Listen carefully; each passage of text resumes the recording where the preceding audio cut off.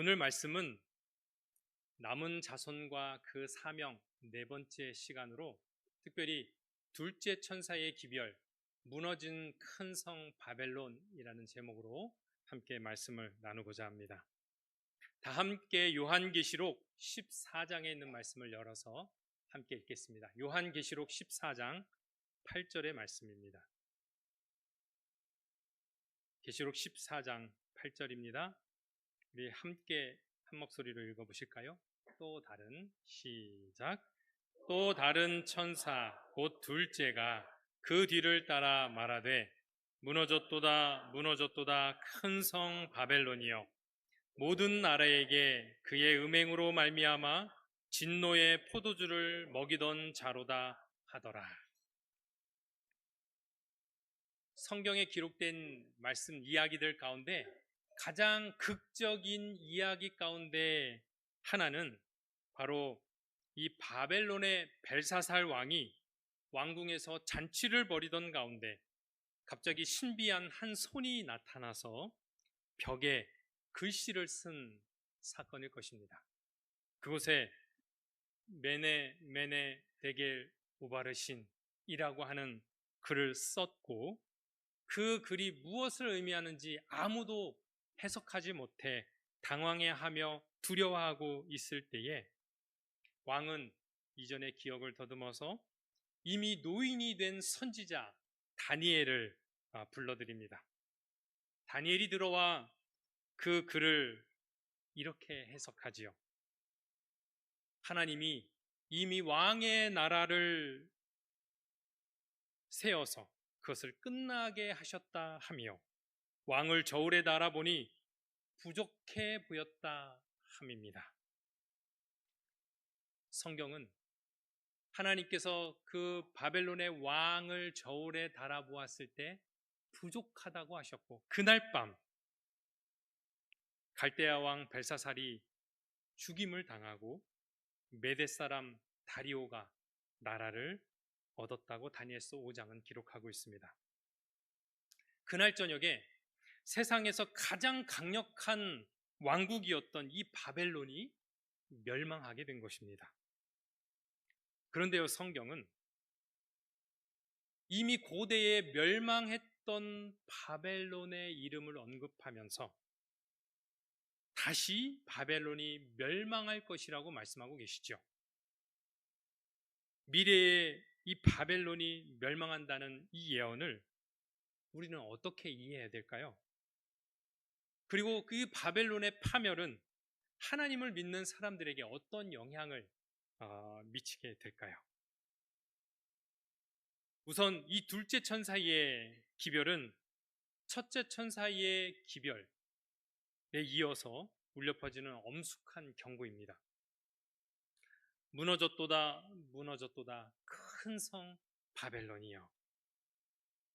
이 외침은 단순히 한 도시의 몰락을 넘어서서 이것은 종말 시대 하나님의 백성들을 미혹하고 진리에서 떠나게 할 이 거대한 배도 세력의 운명을 선언하고 있는 말씀입니다. 그러므로 우리는 이 마지막 시대를 살아가고 있는 우리 모두는 이 기별에 대하여 반드시 우리가 귀를 기울여야 할 아주 긴급하고 중요한 그런 기별인 것이지요. 본문 가운데 보면 또 다른 천사, 곧 둘째가 그 뒤를 따라 말하되 라고 기록하고 있습니다. 이 뒤를 따른다는 표현은 함께 하다, 동행하다, 따르다 라는 뜻을 가지고 있는 단어입니다. 이 동사는 마치 첫째 천사의 뒤를 이어서 둘째 천사가 시간적으로 그 뒤를 이어서 기별을 전하는 것처럼 보여지지만 사실은 첫째 천사와 둘째 천사가 함께 동행한다는 것을 가리키고 있습니다. 첫째 천사의 기별이 끝나고 둘째 천사의 기별이 증거되는 것이 아니라 첫째 천사의 기별이 전해지고 있는 동안에 바로 둘째 천사의 기별이 함께 합세하여 증거된다는 것이지요. 둘째 천사가 이 엄중한 기별을 증가하는 이유는 이 마지막 시대에 첫째 천사의 기별이, 즉 영원한 복음과 이 창조주를 경배하라는 이 초청이 거절됐기 때문이었습니다. 이 둘째 천사의 기별의 핵심은 바로 큰 성 바벨론의 몰락을 선언하고 있는데요. 성경에서 이 바벨론은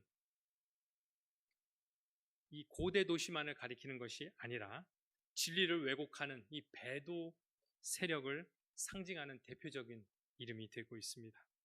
창세기 10장과 11장에 보면 이 고대 바벨론의 역사를 우리에게 진술하고 있습니다.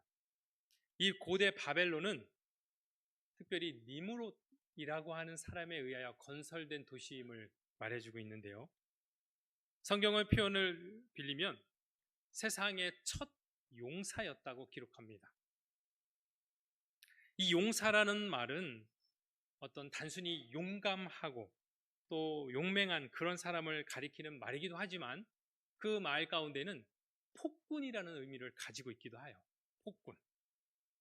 이 성경은 니무롯을 용감한 사냥꾼이라고 묘사하는데 단순히 사냥꾼을 넘어서서 그는 하나님을 대적하는 반역적인 인물이었음을 우리에게 암시해 주고 있는 것이죠.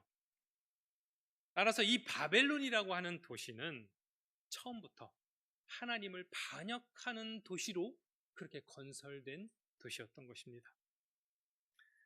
하나님께서는 노아 홍수 이후에 어떤 약속을 주셨죠? 다시는 세상을 물로 멸망하지 않겠다는 약속을 무지개와 함께 주셨어요. 하지만 이 신할 땅에 거주하던 사람들은 하나님의 그 약속을 불신합니다. 하나님의 그 언약을 믿지 않게 되지요.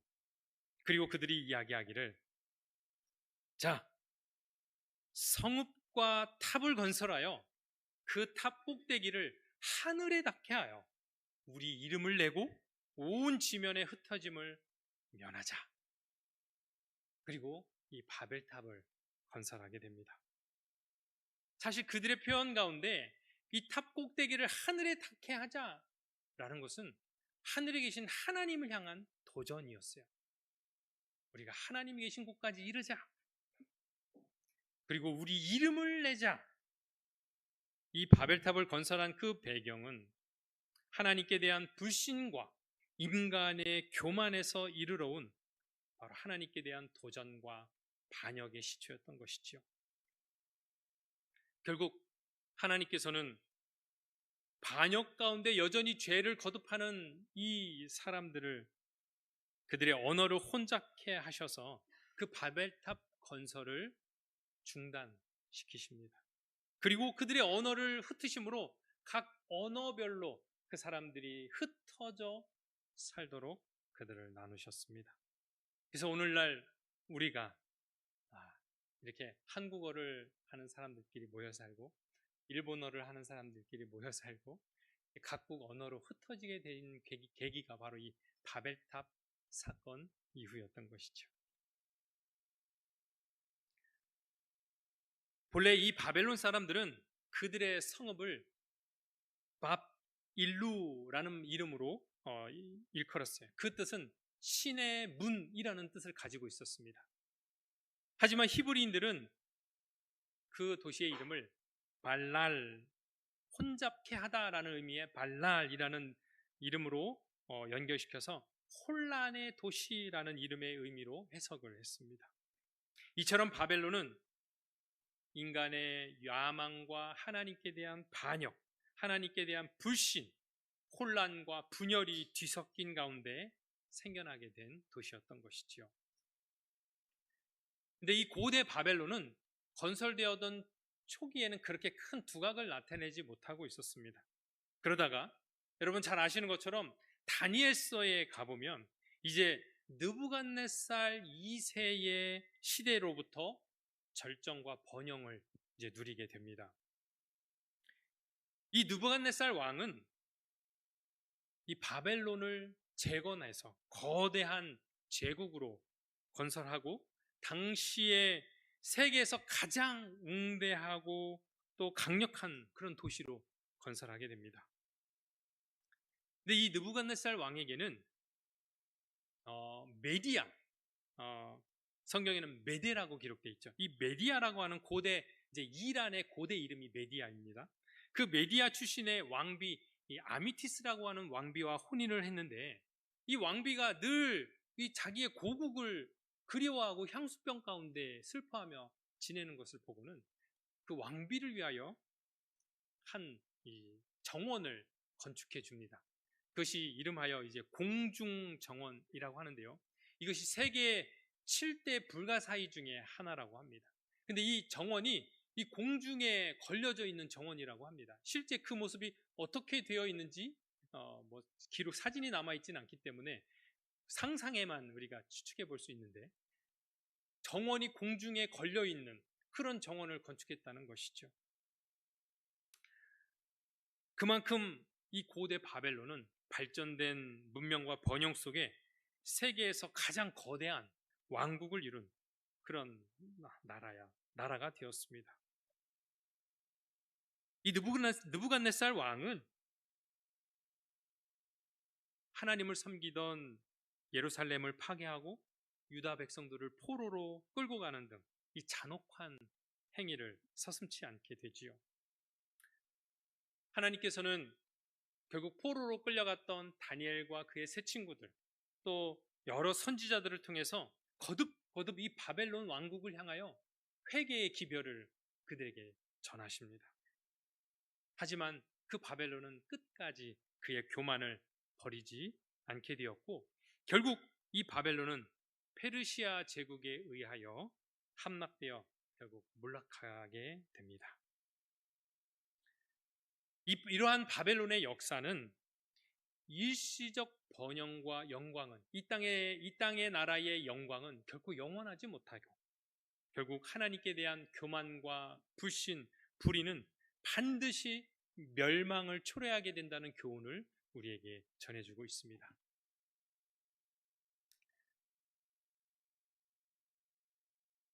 이 둘째 천사가 말한 큰 성 바벨론, 이 바벨론의 오늘날 이 마지막 시대의 종말적 의미는 이 하나님을 대적하고 하나님의 참된 백성들을 압제하고 또 진리를 혼잡케 하는 그러한 배도한 종교 체계를 의미하고 있지요. 그리고 이 큰 성 바벨론, 이 종말적 바벨론은 성경이 예언하기를 무너졌도다 큰 성 바벨론이요. 이 영적 바벨론은 반드시 무너지게 될 것을 예언하고 있습니다.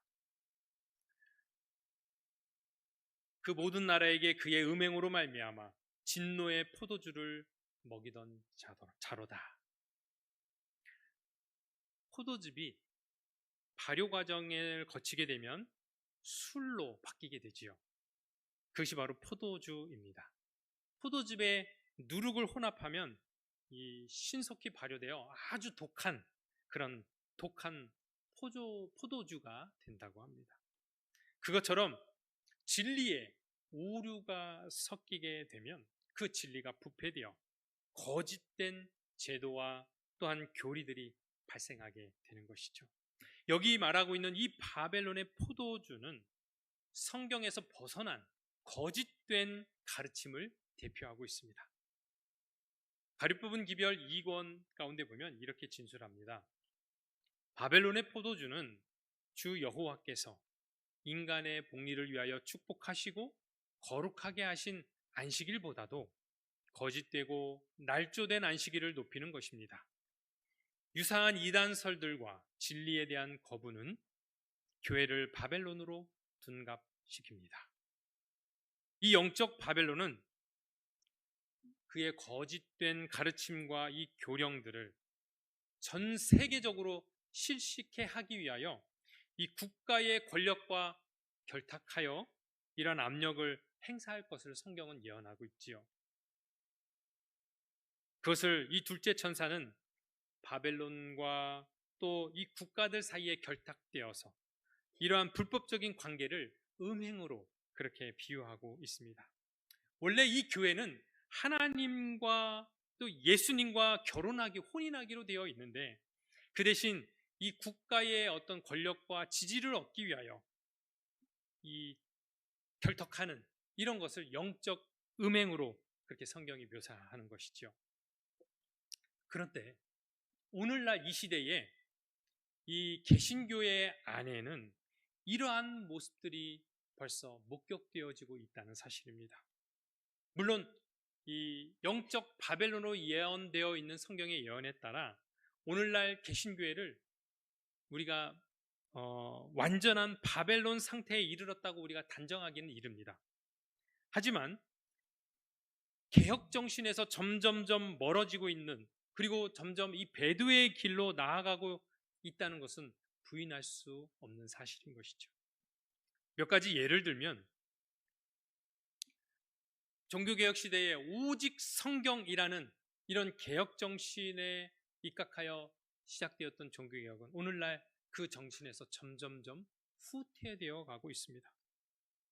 성경의 무오성, 성경은 하나님의 말씀, 거룩한 하나님의 말씀은 오류가 없다고 하는 이 성경의 무오성을 부정하거나, 또는 이 성경을 하나님의 말씀이 아닌 어떤 문화적 산물, 그냥 문학적인 책으로만 그렇게 인식하는 경향이 드러나고 있다는 사실이죠. 세계의 유명한 신학자도 하나님을 믿지 않는 사람들이 많습니다. 성경을 그저 학문적 접근으로, 문학적 접근으로만 대하는 것이죠.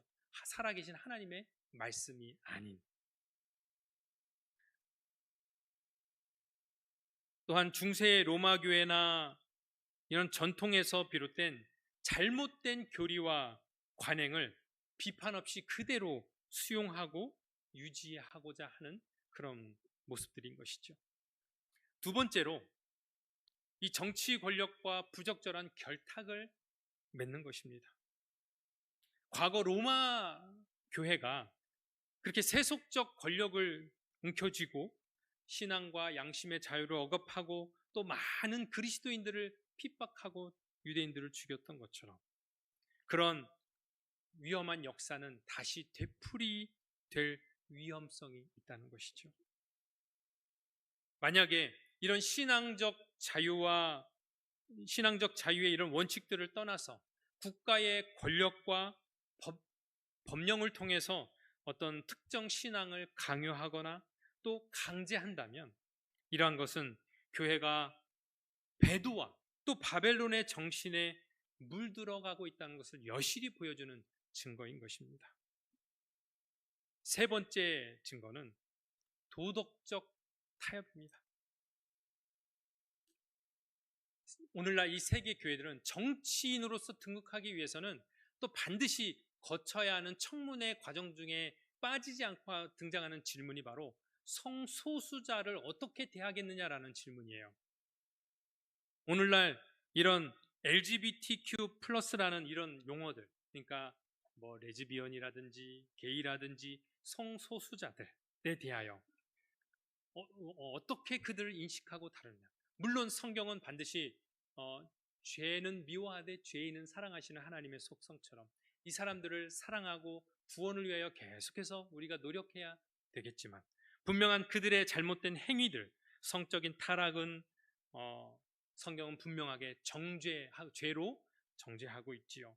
그러나 오늘날 인권이라는 명목 하에 그들의 그런 성적 타락과 범죄들을 묵인하고 그것들을 그대로 수용하고 심지어 교회 안에서조차 그러한 자들을 성직자로 임명하는 일들이 여전히 일어나고 있다는 사실입니다.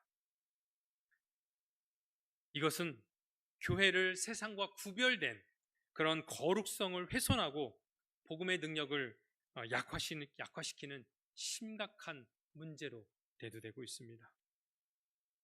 이것이 오늘날 세상의 개신교계 안에서 여전히 계속해서 일어나고 있는 현상들입니다.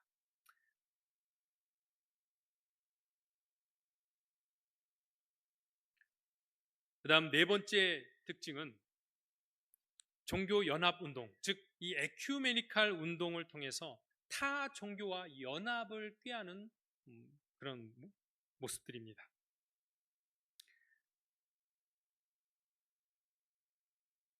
성탄절이 되면 교회에서만 이 크리스마스를 축하하는 게 아니라 심지어 요즘에는요, 절에서조차 이 성탄절을 축하합니다. 그리고 그 절 앞에다가 현수막을 걸어요.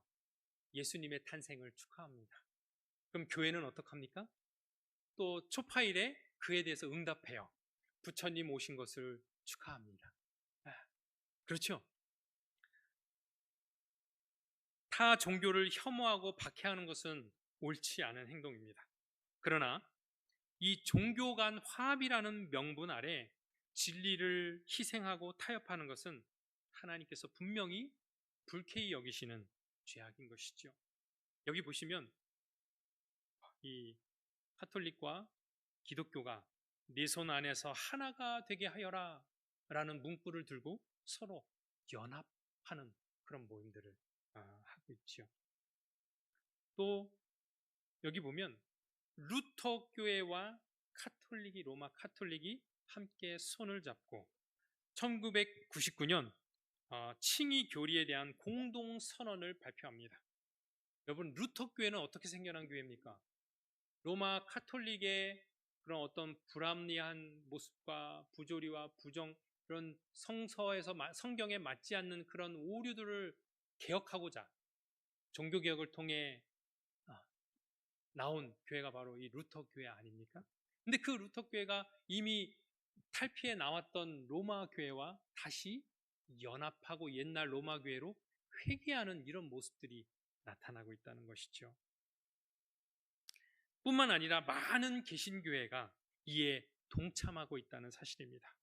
이 과정에서 로마 교회가 종교 암흑 시대를 거치면서 수없이 감추고 오류를 섞고 망가뜨렸던 성경의 진리들, 비성서적인 교리들을 여전히 오늘날 개신교회가 그대로 묵인하고 수용하고 있다는 사실이죠. 이러한 현상들에 대하여 이 마지막 때에 둘째 천사는 외치기를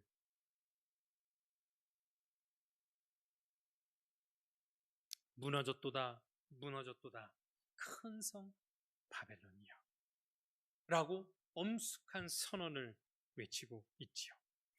여기 이 둘째 천사의 기별 가운데 무너졌도다 무너졌도다 라고 이 동사를 두 번 같은 동사를 반복해서 이렇게 하는 것은 성경의 강조 용법으로 그렇게 표현되는 기법들입니다. 예수님께서도 내가 진실로 진실로 너희에게 이르노니 라는 표현들을 많이 사용하셨죠.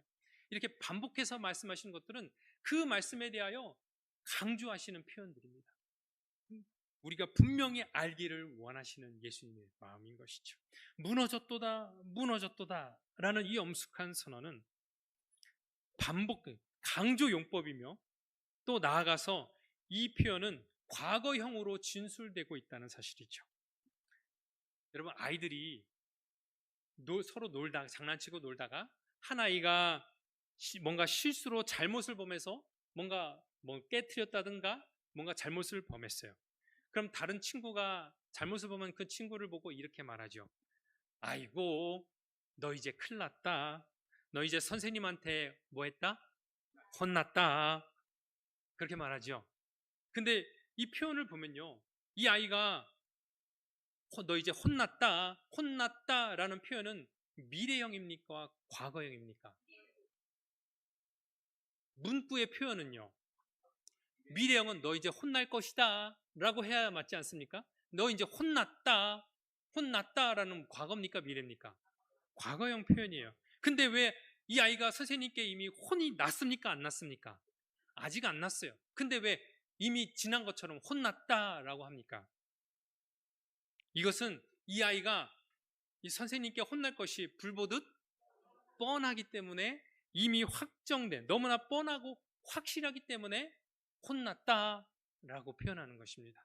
마찬가지로 무너졌도다 무너졌도다 라는 표현은 이 영적 바벨론, 이것은 미래에 대한 예언임에도 불구하고 이것이 과거형으로 반복해서 기록되어 있는 것은 이 바벨론의 몰락이 확실하고 결정적이며 돌이킬 수 없는 운명이기 때문에 성경은 이것을 우리에게 그렇게 증거하는 것입니다.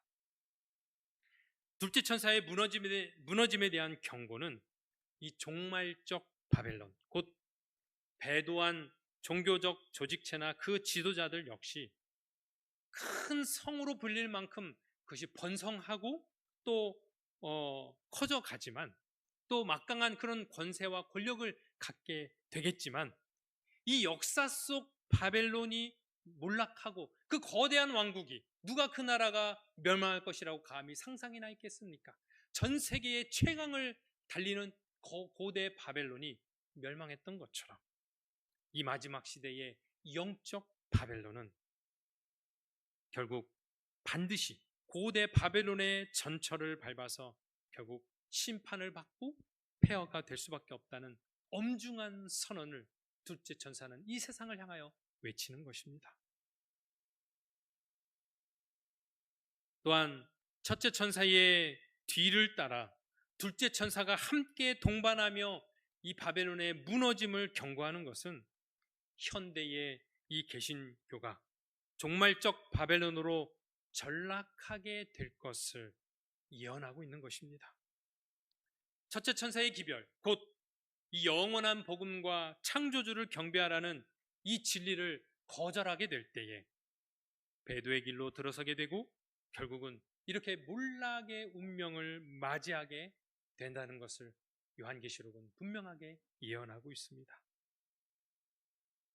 이렇게 하나님의 첫째 천사의 기별, 하나님을 두려워하며 그에게 영광을 돌리라, 이는 그의 심판하실 시간이 이르렀음이니 하늘과 땅과 바다와 물들의 근원을 만드신 이를 경배하라 하더라. 창조주 하나님을 경배하라는 이러한 초청을 거절하고 외면하고 불순종하게 될 때에 결국 이러한 배도가 점진적으로 그리고 계속해서 쌓여감으로 마침내는 둘째 천사가 외치듯이 무너진 바벨론과 같이 그렇게 파국에 이르게 될 것을 요한계시록 14장에서 말씀하고 또한 18장에서 또 분명하게 묘사하고 있습니다. 여기 요한계시록 18장 1절로 3절의 말씀을 우리 한번 같이 보실까요? 계시록 18장 1절로 3절의 말씀입니다. 우리 함께 한번 읽어보실까요? 이 일 후에 시작.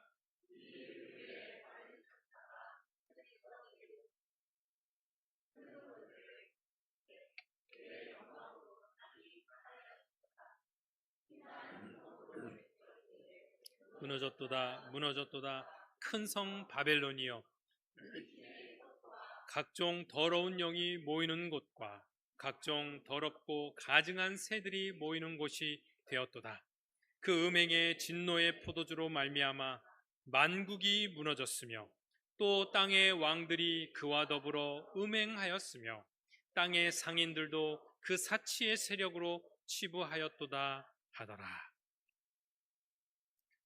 여기 다른 천사, 등장하는 이 다른 천사는 둘째 천사의 기별을 반복하면서 이 종말론적으로 배도한 교회가 돌이킬 수 없는 그런 결정적 상황에 빠졌음을 선언하고 있습니다. 이 영적 바벨론이 됨으로 몰락하게 된 가장 주된 이유는 바로 첫째 천사의 기별을 거절했기 때문이지요. 그 결과 바벨론이 된 교회, 창조주 하나님을 경배하라는 이 기별을 거절하고 창조주 하나님을 경배하는 그 날, 바로 안식일의 기별을 거절하고 여전히 그 로마 구교의 산물인 주일 성수와 이런 것들과 그런 것들을 여전히 고수함으로 말미암아 결국에는 이 영적 바벨론이 무너지게 되고 영적 도덕적 파탄이 더욱 심화될 것을 요한계시록 18장은 그렇게 설명합니다. 바벨론이여, 귀신의 처소와 각종 더러운 영이 모이는 곳과 각종 더럽고 가증한 새들이 모이는 곳이 되었도다. 예. 배도한 교회는 이러한 각종 더러운 영이 모이는 곳이 될 것이며, 이것은 성령의 은사를 빙자한 각종 무속신앙과 영혼 불멸설에 기초한 강신술이 교회를 장악할 것을 의미하고 있는 것입니다.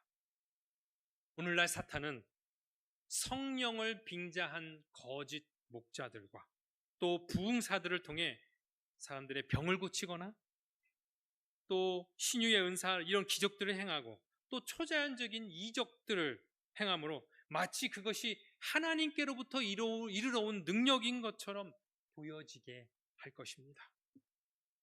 여러분, 요즘에 유튜브 가운데 보면 기독교계의 이슈가 되는 한 사람이 있어요.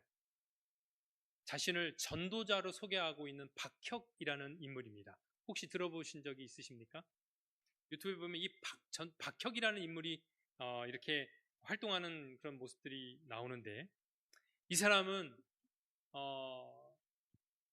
오늘날 처음에는 전도자로 자신을 소개하며 등장했지만, 오늘날은 마치 예수님의 대리자인 것처럼 그렇게 활동을 하고 있어요.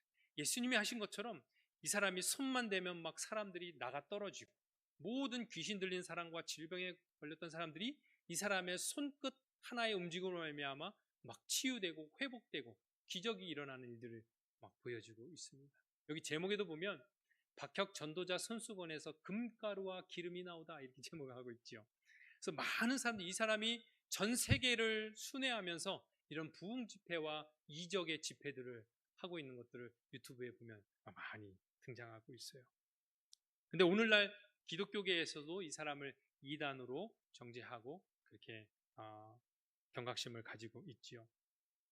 이처럼 마지막 때에 진리와 거짓이 뒤섞인 이 광신과 거짓 방언, 흥분이 마치 성령의 역사인 것처럼 그렇게 여겨지게 될 것입니다. 때로는 사단도 자신을 광명한 천사로 가장하여 택하신 자도 미혹해 하겠다고 성경은 예언하고 있지요. 그러므로 우리가 하나님의 말씀 성경에 기초해 있지 않다면 이러한 속임과 미혹 속에 넘어질 위험이 있는 것이지요. 그러나 이러한 배도한 세력과 영적 바벨론은, 둘째 천사는 분명히 말씀하기를 반드시 무너질 것을 우리에게 말씀하고 계십니다. 고대 바벨론의 멸망은 그곳에 머물러 있던 유대인들에게는 희망의 소식이었습니다. 이사야는 하나님의 백성들이 그러한 바벨론으로부터 돌아오게 될 것을 바라보며 이렇게 증거하지요. 너희는 떠날지어다.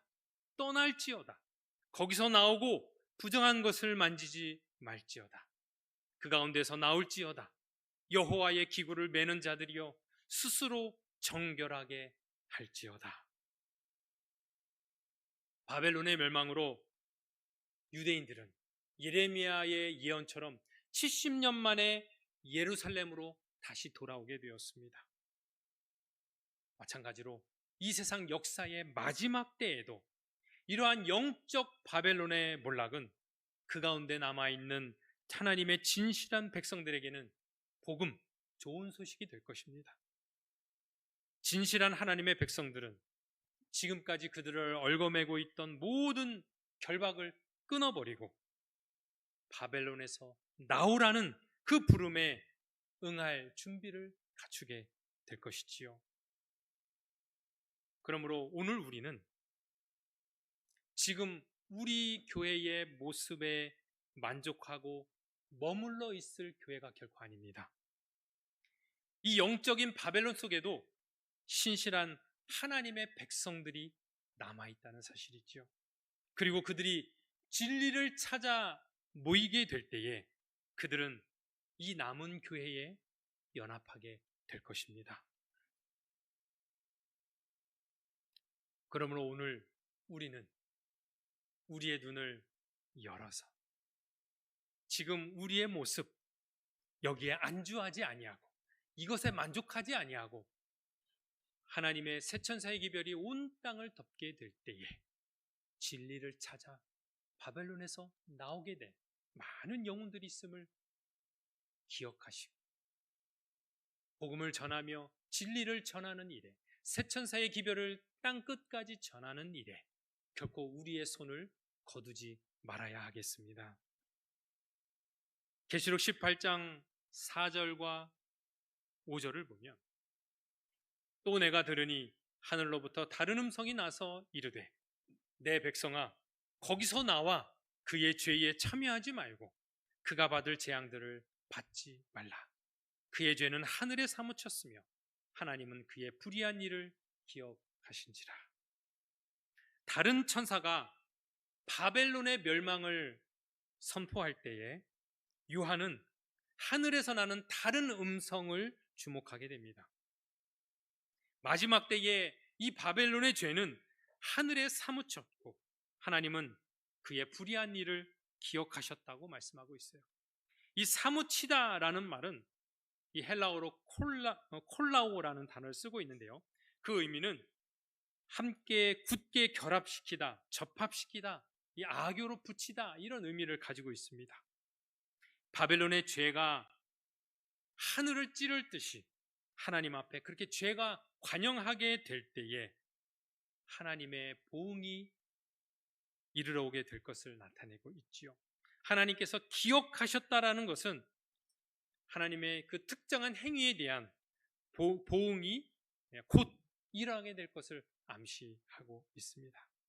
곧 이 땅에 이런 영적 바벨론의 타락과 죄의 관영함을 보시고 하나님의 오래 참으심이 이제 곧 끝나려 하고 있다는 모습을 보여주는 것이지요. 그리고 이 영적 바벨론 위에 이제 하나님의 심판이 집행되려는 것을 의미하는 것입니다. 근데 우리가 반드시 기억해야 될 것은 4절의 말씀에 하늘로부터 다른 음성이 나서 이르되 내 백성아 거기서 나오라. 거기서 나오라. 몰락해가는 이 바벨론 가운데에도 하나님께서는 여전히 불러내셔야 할 그분의 백성들이 존재하고 있다는 사실입니다.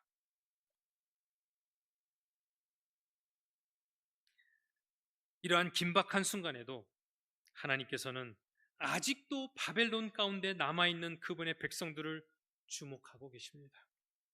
마치 멸망 직전에 소돔 성에 남아있던 롯과 그의 가족들처럼 말이지요. 롯은 소돔의 죄에 참여하지는 않았지만 여전히 죄로 가득 찬 그 도시에 남아 있었어요. 소돔이 멸망하기 직전에 천사들은 롯과 그의 두 딸과 그의 아내의 손을 잡아서 소돔 성에서 이끌어내면서 그들에게 이렇게 경고합니다. 그 사람들이 그들을 밖으로 이끌어낸 후에 이르되 도망하여 생명을 보존하라. 돌아보거나 들에 머물지 말고 산으로 도망하여 멸망함을 면하라. 마찬가지로 하나님께서는 이 바벨론이 멸망하기 전에 그 가운데 남아있는 하나님의 백성들에게 마지막 자비의 호소의 기별을 전하시는 것입니다. 내 백성아 거기서 나오라. 성경의 예언에 의하면 이 배도한 교회는 결국 돌이킬 수 없게 될 것이며 시간이 지날수록 그 배도는 점점 더 심해지고 깊은 어둠 가운데로 빠져들어서 마침내 사탄이 장악하게 될 것을 경고하고 있습니다. 롯과 그의 가족들은 이 소돔을 떠나기를 망설였습니다. 결국 천사는 롯과 그의 아내와 두 딸의 손을 잡아 성 밖으로 이끌어내게 되지요. 그리고 도망하여 생명을 보존하라. 돌아보거나 들에 머물지 말고 산으로 도망하여 멸망함을 면하라고 경고했습니다. 그러나 롯의 아내는 소돔을 떠났지만 그의 몸은 소돔을 벗어났지만 그의 마음은 여전히 소돔 가운데 미련을 두고 있었습니다. 결국 롯의 아내는 뒤를 돌아보므로 소금 기둥이 되었다고 성경은 기록합니다.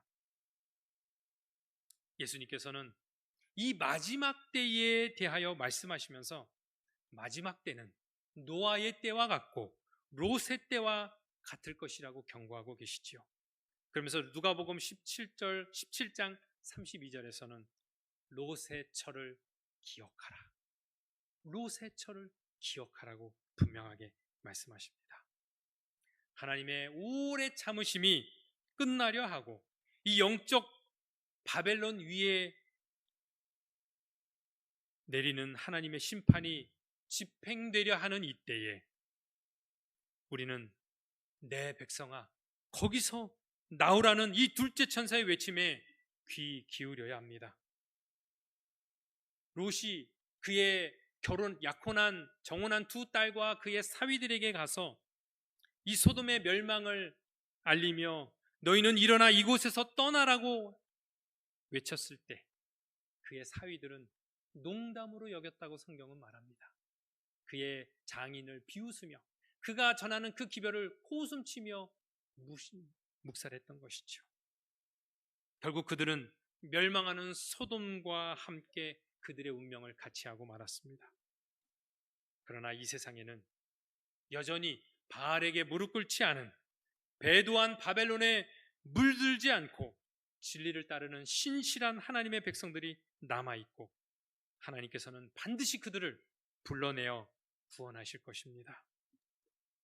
이러한 엄중한 때에 이 멸망해가는 영적 바벨론을 향하여 새 천사의 기별을 외쳐야 할 우리 교회가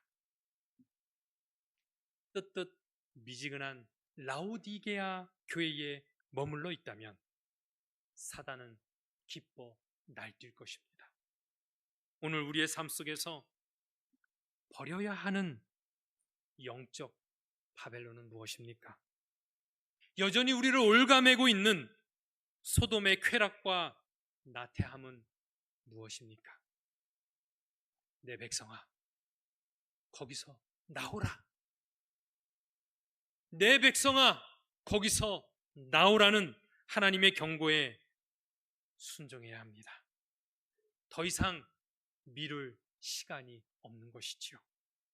이제 우리는 세상을 향하여 우리의 삶으로 새 천사의 기별을 외치고 증거하는 하나님의 성도가 되어야 합니다.